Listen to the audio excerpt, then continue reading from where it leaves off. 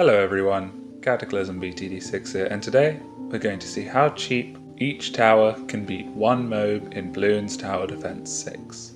The rules are simple. I can use all of my monkey knowledge, free monkey towers are allowed, support towers are not allowed, and I will not be allowed to lose any lives, but mana shield and pre-game prep do not count to this total. Now that we've got those out of the way, let's get straight into it. The first tower, like always in testing, will be the Dart Monkey. I have found that if you upgrade 2 to triple shots in this position and send out the round 40 MOAB, you can defeat it with no issue. Tiny bit of micro involved in buying and reselling the Dart Monkey, but absolutely not necessary. The total cost of that strategy was 1,420. Let's move on to our next tower. For our next tower, the tack shooter, I have found if you buy a 300 hot shots in the top curve and a 003 tack sprayer in the bottom curve, you will do just enough damage to break the round 40 MOAB, which you can then use the Tinkerton rocket to clean up the insides. I'll show you that now. And that's how tack shooters can beat a MOAB for $1,900. Staying on Tinkerton for the Boomerang Monkey, we can place a 030 down in this curve, send out a MOAB, and this is how we do. No issues for the Boomerang Monkey there. Setting up the Bomb Shooter, my first idea was a MOAB Mauler, which worked perfectly for 1,720, but then I realised you could likely get away with using cluster bombs as it does enough damage in a large enough radius to affect a MOAB. So what you're going to want to do here is time the rocket just as the MOAB is being popped by the pre-game prep. This isn't as easy as it looks, but if you get the timing right, trust me, you'll know it. For our next tower, the Glue Gunner, we are going to head over to Spar Pits. This is because this is the map with the most pre-game prep available. This will give our Glue Gunner the perfect advantage and pop the outside layer quicker than he would otherwise be able to do. As we saw from the ceramic cleanup there, the 300 Glue Gunner is perfect for stuff like that. For the Desperado, we are going to head back to Tinkerton, and similarly to the Bomb Shooter, we are going to aim to do about 100 damage and clean up the rest with the rocket. Making sure to time this correctly, and yes, absolutely nothing left over.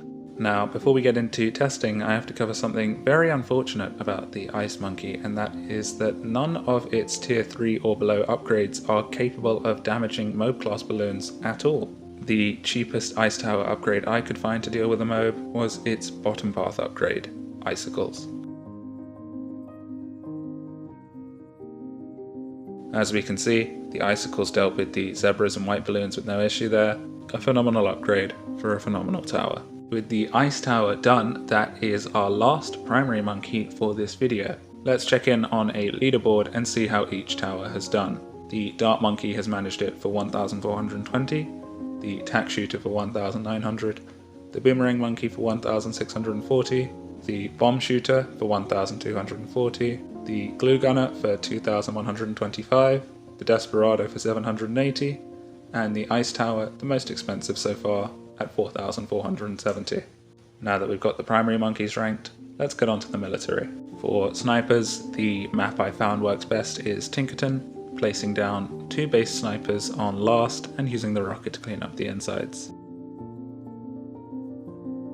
A very low price from a very good tower. Staying on Tinkerton for our next tower, we have the Monkey Submarine, which I will be upgrading to 002. This will give the tower enough damage to burst through the outer layer of the MOAB and use the rocket to clean up the insides. Another easy clear. Jumping over to Spar Pits for our next monkey, we will be testing out the Monkey Buccaneer.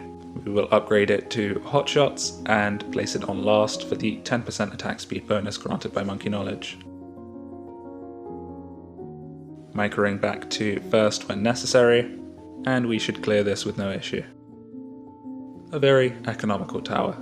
For the Monkey Ace, there is going to be a slight change in the rules, but one that shouldn't affect the challenge. This is allowing the Monkey Ace to have the Bouncy Projectiles perk turned on. The reason for this is with good enough Ace Micro, I believe I could likely get 100 pops on the MOAB before it reaches the pre-game prep. However, at this time, I am not that good at micro, and instead of spending 2 to 3 hours to try and imitate something for a video, I'm just going to take the easy way out. Heading back over to Scrapyard with perks turned off now, let's test out the heli pilot.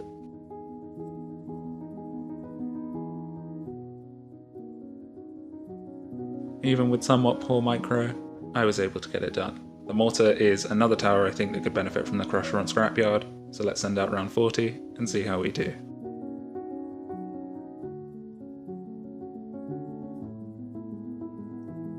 Using the crusher at as good a time as we can, and that cleans up all the balloons. And now on to the last tower for this part of the video, the Dartling Gunner. This tower was, and still remains to me at this time, the cheapest way that I can pop a MOAB. Instead of using Scrapyard this time, we're going to use Tinkerton, as I believe it'll be easier to do the cleanup with rockets, as opposed to the crusher.